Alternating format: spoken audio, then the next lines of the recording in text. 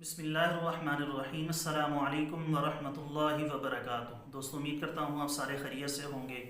میں محمد اسماعیل آپ کو اپنے چینل کے اندر خوش آمدید کہتا ہوں۔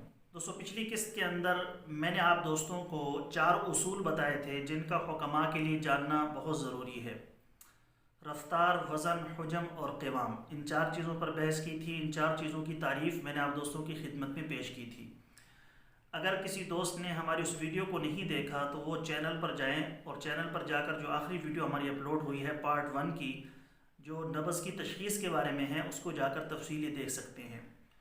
آج کی اس ویڈیو کے اندر انشاءاللہ تعالی میں آپ کو جو 4 خلطیں ہوتی ہیں اس کا دل پر کیا اثر پڑتا ہے، سودا، صفرا، ریح اور بلغم، یہ 4 خلطیں ہوتی ہیں۔ ان 4 خلطوں کی کثرت کا دل پر کیا اثر پڑتا ہے اس کی تفصیل میں آپ دوستوں کو بتانے والا ہوں۔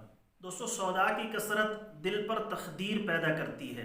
اس صورت میں جو نبض ہوگی وہ قصیر ہوگی، یعنی چھوٹی ہوگی، اور قوام لیسدار ہوگا۔ نمبر 2، صفرا کی کثرت دل پر تحلیل پیدا کرتی ہے، نبض طویل ہوگی اور قوام درمیانہ ہوگا۔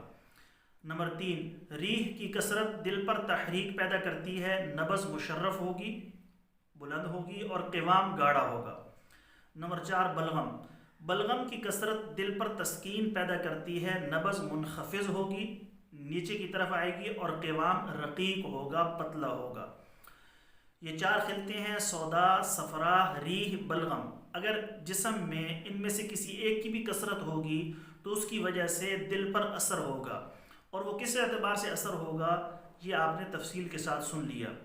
تو نبض کے 4 اصول بھی میں نے آپ دوستوں کو پچھلی ویڈیو کے اندر بتائے تھے، جس میں رفتار، وزن، حجم اور قوام کے بارے میں بتایا تھا، جیسا کہ آپ دیکھ رہے ہوں گے۔ ان کی تعریف بھی آپ کے سامنے آ رہی ہوگی۔